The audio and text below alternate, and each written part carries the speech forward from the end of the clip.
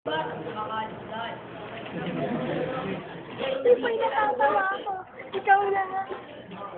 Nakapagtapos sa umaga, mga bata, nakakalat na. Hanap dito, hanap doon. Sa hapon, mga bata, nagkakagulo. Sabi raw, anipet, nagkakagulo ang mga bata.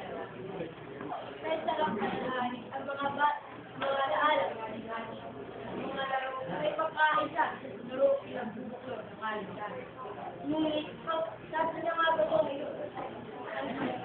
hindi gaya ng dati, hindi gaya ng dati, umaga pala ang mga bata, tataya na, hanggang sa tawagin, sapagkat kainan na, kung dito yun, sa dulo, kapag may pesta, pati December, sa mga paaralan, pating December, di ba taklaw, di ba, ang dami na yun.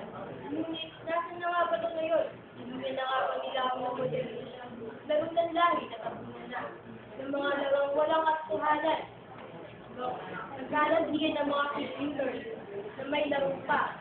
Tumahan pa natin ito ng cellphone, iPad at PSP.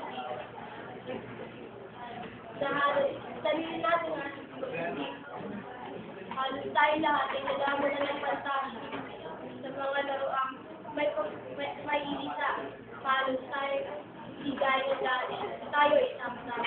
Sinala tayo mga Pilipino sa ating paghihirap pagkakaisa at pagtutulungan at sama-sama.